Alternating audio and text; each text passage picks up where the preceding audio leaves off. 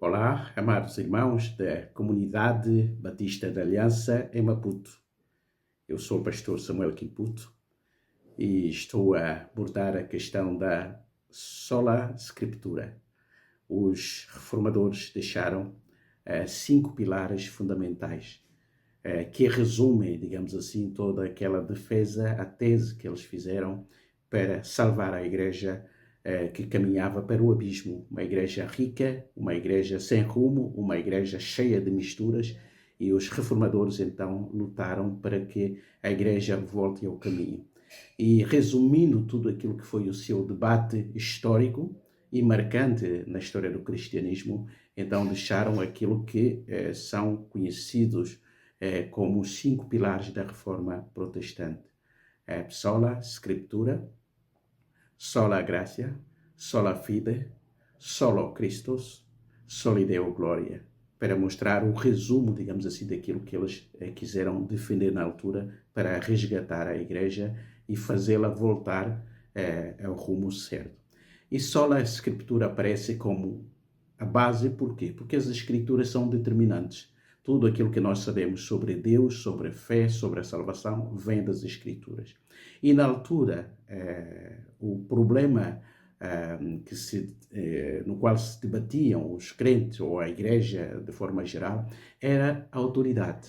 Quem é que tinha autoridade máxima? Quem é que era a autoridade? Alguns achavam que eram o Papa, a instituição, a liderança da igreja, e os reformadores disseram não.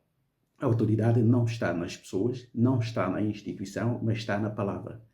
Então, dali surge esse primeiro pilar basilar sobre a construção da própria igreja e daquilo que são as matérias em termos de fé ou também de conduta. Portanto, só a Escritura estabelece o padrão pelo qual a igreja se molda, a igreja se avalia.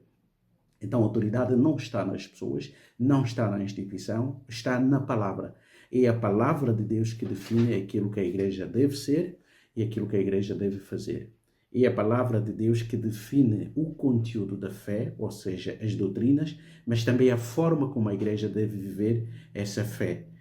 Portanto, o lado da conduta. Portanto, só a Escritura estabelece logo o princípio basilar, ou seja, o elemento regulador tanto da vida, como do culto, como da fé, como da própria conduta. E este é o primeiro pilar, porque tudo o que se constrói vem da palavra. Então, a relação que se tem com a palavra de Deus define aquilo que a igreja é ou deve ser. Portanto, só a Escritura estabelece esse padrão inicial para mostrar que a autoridade está na palavra. Tudo deve ser comprovado pela palavra, tudo deve ser regulado pela palavra, tudo deve ser analisado e verificado a partir da palavra. Tudo que é contrário à palavra não deve ser crido nem ensinado na igreja. E tudo aquilo que a palavra diz que deve ser feito, então simplesmente deve ser obedecido pela igreja. E esta é uma bênção da Reforma Protestante que deixou esses 5 pilares, começando com a base da doutrina, a base da palavra. Como qualquer bom livro de teologia, tem que começar com a doutrina das Escrituras e não de Deus, porque tudo aquilo que nós sabemos sobre Deus vem das Escrituras. Então, a nossa relação de autoridade com as Escrituras vai definir também a nossa teologia.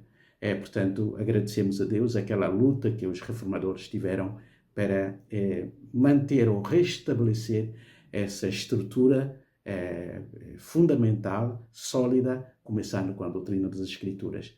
Enquanto comemoramos, portanto, a memória da Reforma Protestante, que Deus nos dê a graça de reenfatizarmos as Escrituras como a nossa base de autoridade para a fé e para a vida também. Que Deus ricamente vos abençoe. Obrigado.